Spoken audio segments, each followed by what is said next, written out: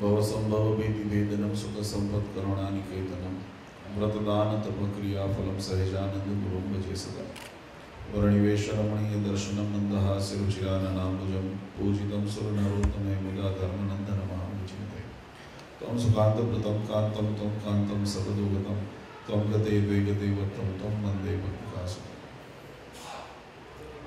अनंतकोटि ब्रह्मांडाधिपति सर्वावतारी सर्वकारण कारण अपना सौना मोक्षदाता इष्टदेव भगवान श्री स्वामीनारायण संप्रदाय दक्षिण विभाग अधिष्ठाता देव वड़तालवासी श्री लक्ष्मीनारायण देव कृष्ण महाराज की छत्र छाया में आजनी आ दिव्य सभा में उपस्थित धर्मकुळाश्रित वाला सर्वे अमरा संतो श्रीजीना लाडीला धर्मकुळाश्रित वाला सर्वे सत्संगी भक्तों सर्वधर्म प्रेमी सज्जनों मोक्ष भागी जीवात्माओं दरेक भक्तजनों ने हमारा हृदयपूर्वक जय स्वामीनारायण। आज स्क्रेंटन आंगणे त्रिदिनात्मक सत्संग અને યુવા બાળક શિબિરની દ્વિતીય સંધ્યા એ આપણે ખૂબ જ ઉત્સાહ અને આનંદપૂર્વક આપણે માણી રહ્યા છીએ। જ્યારે ભગવાનને જીવાત્માને પામવાનો હક જ્યારે ઉદય થાય, જ્યારે એક વસ્તુ છે ઇંગ્લિશમાં એક કહેવત છે કે desire is a mother of invention. સમજાય છે ને છોકરાઓ? હા, desire is a mother of invention. કોઈ પણ ઇન્વેન્શન થયું હોય તો એની પાછળનો સંકલ્પ હોવો જરૂરી છે, એની પાછળની કલ્પના સંકલ્પના હોવી જરૂરી છે। જો સંકલ્પ જ ન હોય તો કોઈ પ્રકારનું ઇન્વેન્શન, કોઈ પ્રકારની નવી રચના, કોઈ પણ પ્રકારની કોઈ અદૃશ્યતા એ શક્ય બનતી નથી। અને એટલા માટે જેને જીવનની અંદર જીવન ઉત્થાનનો, આત્મકલ્યાણનો સંકલ્પ જ ન થતો હોય તો સમજી લેવું કે એ જીવતા છતાં ડેડ છે, મરદા છે। અને જ્યારે જીવનની અંદર આવા સત્સંકલ્પો થાય છે ત્યારે એ પણ એક સિદ્ધાંત છે કે આવા સત્સંકલ્પને પૂર્ણ કરવા માટે, આવા સારા વિચારોને ફળીભૂત કરવા માટે ભગવાન એ જીવાત્માને યોગ, શક્તિ, બળ, બુદ્ધિ અને તમામ પ્રકારના જે કાર્ય કરવાની શક્તિ એનાથી એને નવાજે છે, જેથી આ કાર્ય સંભવિત બને છે। આજે મનુષ્ય દેહની પ્રાપ્તિ થયા પછી જીવાત્મા આ વસ્તુને સમજી શકે। ખાલી જો વિષયોનો એક બહુ નાનું એવું દ્રષ્ટાંત આપું કે જેથી કરીને, કારણ કે સમય ઘણો થઈ ગયો છે, પણ જો માત્ર વિષયોનું જ મહત્વ હોત તો જીવાત્માને ભગવાને માત્ર ઇન્દ્રિયો જ આપી હોત। કારણ કે વિષયોને ભોગવા માટે કર્મેન્દ્રિય અને એની અનુભૂતિ કરવા માટે, એને સમજવા માટે જ્ઞાનેન્દ્રિય એ બહુ પર્યાપ્ત છે। પણ ભગવાને એને નિયંત્રણ કરવા માટે તમે જુઓ બુદ્ધિ પણ આપી છે, અને બુદ્ધિને અંદર વિકાર ના આવે, બુદ્ધિ પણ એક સાચી દિશાનો નિર્ણય લઈ શકે। એટલે એના ઉપર નિયંત્રણ કરવાને માટે જ્યાંથી સંકલ્પની ઉત્પત્તિ થાય છે, જે મેં કીધું મધર ઓફ ઇન્વેન્શન, એ જ્યાંથી સંકલ્પની વૃત્તિ ઉત્પત્તિ થાય છે એવા મનને ભગવાને સૌથી ઉપર મૂક્યું છે। અને ભગવાને વચનામૃતની અંદર એમ પણ સમજાવ્યું કે આ તમામ જે છે ને મન, બુદ્ધિ આદિ જે ઇન્દ્રિયો એ તમામને પોતાના વશકરમાં જો કરીને રાખતા જીવાત્માને આવડે તો એ જીવાત્મા રાજા થઈને, સત્તાધીશ થઈને એના પર એ પોતે એના પર શાસન કરી શકે। જો આત્મબળ, એટલા માટે હમણાં જ્યારે બાળકોએ, યુવાનોએ, મને તો આજે આ વખતે ખરેખર આશ્ચર્ય અને સાથે સાથે મને બહુ શોકિંગ પણ લાગ્યું, કારણ કે મોટાભાગના જે પણ કાર્યક્રમ કરે ને બધા રો હતા। હા, કોઈ જાતની પ્રેક્ટિસ નહીં, કોઈ જાતનું એનું સંકલન, કોઈ જાતનું, છતાંય આટલું સારું કરી શક્યા। આજે એમને અભિનંદન આપીએ, કારણ કે અહીંયા સ્ક્રેન્ટન આ છોકરાઓને જે સવારે એક્ટિવિટી કરાવી, અહીંયા સ્ક્રેન્ટન આવતા પહેલાં નીચે ફિલાડેલ્ફિયામાં રાતે હતા ત્યારે તો મને બતાવ્યું કે હજુ અમારું આ કામ ચાલે છે। જે એક્ટિવિટી કરાવવાની હતી, જે અગાઉથી પ્રિપેર હોવી જોઈએ મહિના પહેલાં, એ હજુ આગલે દિવસે રાતે સુધી બનાવતા હતા કાલ શું કરાવશું એમ। હવે એને તૈયારી કરવા માટેનું, એની પાછળ થોડું મનન કરવા માટે, કંઈક સુધારા વધારા કરવાનો એવો ટાઈમ જ નહોતો। હમણાં આપણે જોયું નાના બાળકોએ તિલક ચાંદલો વગેરે પૂજા કરવાથી, મંદિર જવાથી કેવા વિઘ્નો આવે છે ને એને કેવી રીતે હિંમતથી એને આપણે એનો સામનો કરવો પડે. હવે હમણાં જે વાત કરી જે રીતે આપણે બધાએ સાંભળી કે સવારે પાર્કની અંદર કલાક જેવો ટાઈમ મળ્યો ને એની અંદર આખું તૈયાર કર્યું. એટલે આવા જે પ્રસંગો, અને મને તો છેલ્લે એમને પકડાવ્યું, મને ડાયલોગની સ્ક્રિપ્ટ તો આપી હતી પેલા કે મારે શું બોલવાનું છે, પણ આવા જેને કહેવાય નિખાલસતાથી પણ સત્ય વાત એને પોતાની સમજણ શક્તિ પ્રમાણે તમારી સમક્ષ એટલે કે સમાજ સમક્ષ મૂકવાનો જે બાળકોએ પ્રયત્ન કર્યો છે, એને યુવાનોએ જે મહેનત કરી છે એ બદલ આપણે સૌ એમને ખૂબ તાળીઓથી વધાવી દઈએ.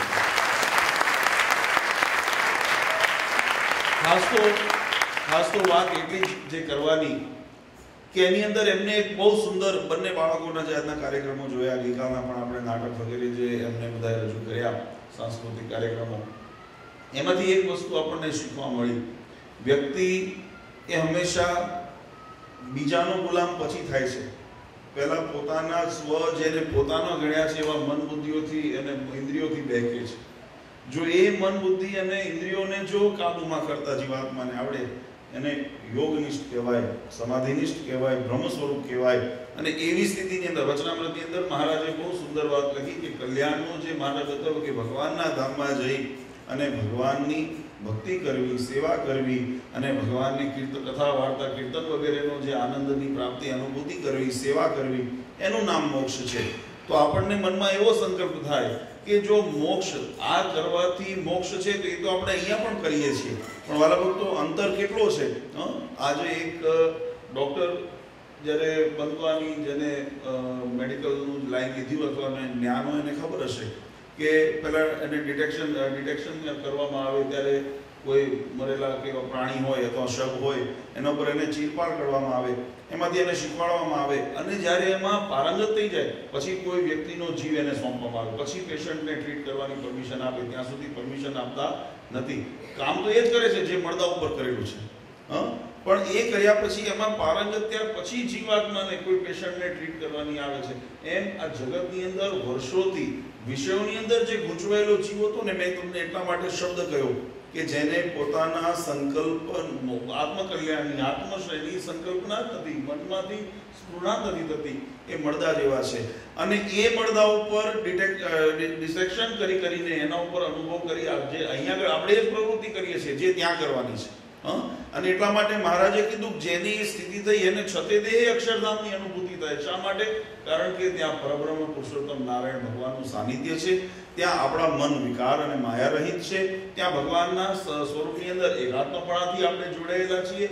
અને એ જ જે સિદ્ધિ અને એ જ જે સેવા એ જો આ શરીરે કરીને પણ જો આપણે એ સ્થિતિને આપણે પામી શકીએ તો પછી અક્ષરધામનું સુખ આપણે અહીંયા પણ માની શકીએ.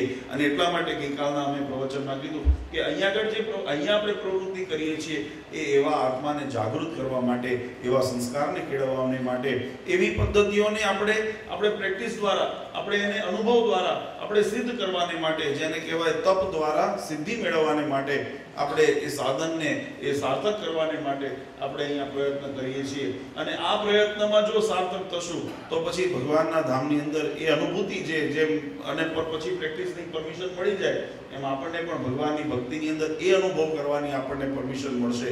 અને એ અનુભૂતિ કરવા માટેના આ બધો પ્રયત્ન છે, દાખલો છે.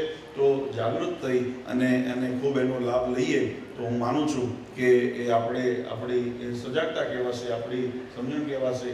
ઘણી વખત આપણે યુવાનોએ હમણાં આપણને બાળકોને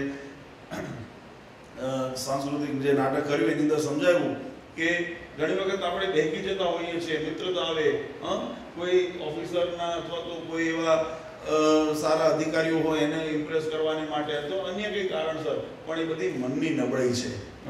એ બધી મનની નબળાઈ છે. મન નબળું પડે તો એ બધા આપણને બાહ્ય પરિબળો આપણા ઉપર અસર કરે છે.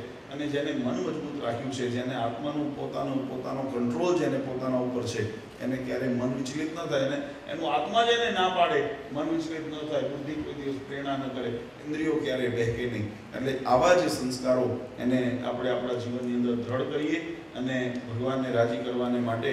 અને આ આપણો ખાલી હિન્દુ સંસ્કૃતિ, હિન્દુ ફિલોસોફીની અંદર આ બહુ વિસ્તારથી વર્ણન કરેલું છે, એટલા માટે આપણે કહી શકીએ એવું નહીં. પણ અન્ય ધર્મો પણ આ વાતને સ્વીકારે છે. ફક્ત એટલું છે કે એ લોકો હા પાડતા હોય, ન પાડતા હોય. તમે જુઓ, આપણે કોઈ પણ આપણે XYZ ધર્મની અંદર દ્રષ્ટાંત જોઈએ તો એમના પણ જ્યારે ધર્મની અંદર જ્યારે વ્રત તહેવાર આવે ત્યારે એ પણ ઉપવાસ કરતા હોય છે. એ પણ આલ્કોહોલ વગેરે ડ્રિંક્સથી પોતે દૂર રહેતા હોય છે, નોનવેજ આદિથી દૂર રહેતા હોય છે. એ પણ એ સમયમાં તપ કરે છે. તો આનાથી એક વસ્તુ તો સમજવાની કે જો એ દિવસ પૂરતું, જે દિવસે ભગવાનના દરબારમાં એમને જવાનું લાગે છે, તે દિવસે જો એ આવા દ્રવ્યોથી, આવા કૈફી પદાર્થોથી દૂર રહેતા હોય તો એનો મતલબ એક તો નક્કી છે કે એ સ્વીકારે છે કે આ વાત ભગવાનને ગમતી નથી. એ વાત એ સ્વીકારે છે, એ પણ એ વાત સ્વીકારે છે કે આ વસ્તુ સારી નથી. જો સારી હોય, આપણે કેમ અહીંયા બહેનો, ભાઈઓ, પુરુષો બધા જ્યારે કોઈ સારા પ્રસંગમાં જતા હોય ત્યારે કેવા સરસ શણગાર સજીને જતા હોઈએ, કેવા સારા, કારણ કે આપણને ખબર છે કે સારા દેખાઈને જવું છે. અને જો એવો આલ્કોહોલ આદિ કે મીઠ આદિ ખાઈને આપણે ભગવાનના દરબારમાં જઈશું, તમે સારા નથી લાગવાના. એટલે સારી પણ નથી, સારી લગાડનારી પણ નથી, ભગવાનને પ્રિય નથી એવું તો માને છે, પણ એમની કમજોરી છે કે એને સ્વીકારી અને જીવનમાં અનુભવ એને કરી શકતા નથી. મેં કીધું ઘણી જગ્યાએ કોઈને 30 દિવસના વ્રત ઉપર હોય છે, કોઈને 2 મહિનાના હોય છે. ઘણા ધર્મની અંદર મેં વાંચ્યું છે. આપણને, મને અમારા છોકરાઓ સાથે વાત કરી, મેં કહું આપણે બધા કરતા સુરવીર એટલે આપણે 4 મહિના ચાતુર્માસ મહારાજે આપે, ચાતુર્માસ વ્રત કરવા કેપેસિટી જોઈને આપે. એ જોવે છે આ વર્ગ છે એ પચાવી શકશે આને. આપણે કહેવાય સિંહણનું દૂધ હોય ને તો એને જેને માટીના કે બીજા પાત્રની અંદર તમે કરો તો એ ફાડી બહાર નીકળી જાય. એના માટે તો સોનાનું પાત્ર જોઈએ. એમ મહારાજે કીધું કે ભારતમાં આવી ભારતીય પવિત્ર દેશની અંદર અને એની સંસ્કૃતિની વચ્ચે જન્મેલો જીવ જ આ પરબ્રહ્મ પુરુષોત્તમ નારાયણને સાથે ઓળખી શકશે. એટલે એ પ્રમાણેનું જ્ઞાન, એ પ્રમાણેના સિદ્ધાંતો અને એ પ્રમાણેનું આચરણ, એના પાઠ એ આપણને શીખવાડ્યા છે આપણી સંસ્કૃતિની અંદર. બીજે પણ છે એ જ, પણ થોડા ઓછા વધતા પ્રમાણની અંદર હોય. કારણ કે જુએ ને કે પાત્રતા એની કેવી છે, એની યોગ્યતા કેવી છે, એની સમજણ કેવી છે, એને પચાવી શકશે કે નહીં, એ બધું જોઈને ભગવાને બરાબર બેલેન્સ કર્યું છે. એટલે આપણે ભગવાનના કાર્યની અંદર કંઈ ખામી જોતા નથી, પણ આપણામાં ભગવાને વિશ્વાસ મૂક્યો છે એ વાત ચોક્કસ છે. ભગવાનને એમ લાગે છે આ જીવાત્મા પચાવી શકશે. અને આપણે જો આપણા એ કાર્યની અંદર સફળ ન થઈએ તો એ ભગવાન સાથેનો વિશ્વાસઘાત કહેવાય. ભગવાને જે આપણામાં શ્રદ્ધા કે વિશ્વાસ મૂક્યો એની સાથેનો ઘાત કહેવાય. માટે સાવધાન થઈ જજો.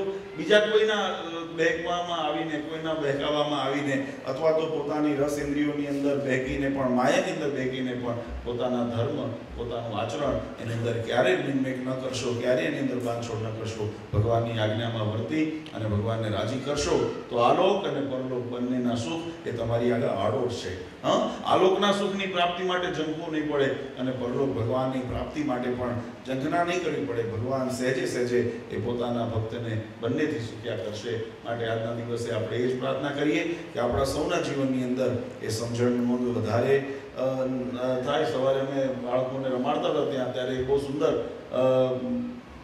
એક પ્રશ્નચિહ્ન મૂક્યો, મેચ ને A with B એ રીતે કરવાનું, મેચિંગ કરવાનું. એક બાજુ પરમાત્માના બધા સ્વરૂપો મૂક્યા હતા અને બીજી બાજુ એમના આયુધ મૂક્યા હતા. બહુ આનંદ થયો. એમાં હનુમાનજી મહારાજ જેમ દાખલા તરીકે મૂક્યા હોય તો સામે પછી ગદા મૂકી હતી. છોકરાઓને આઈડેન્ટિફાઈ કરવાનું હતું કે કયા ભગવાનનું કયું વેપન છે. અમે બાળકને ઊભા કર્યા અને એમાં ભગવાન સ્વામિનારાયણનો ફોટો હતો. ત્યારે એમને બતાવ્યું કે આ મૂર્તિ છે કોણી, એટલે કે સહજાનંદ સ્વામીની. તો કે એમનું વેપન શું હતું? એ બાળક મને દેખાતા નથી પણ કદાચ આમાંથી તમારામાંથી જ હતા. એટલે એને બહુ સુંદર જવાબ આપ્યો કે ભગવાન સ્વામિનારાયણનું વેપન નોલેજ હતું. નોલેજ, જ્ઞાન હતું.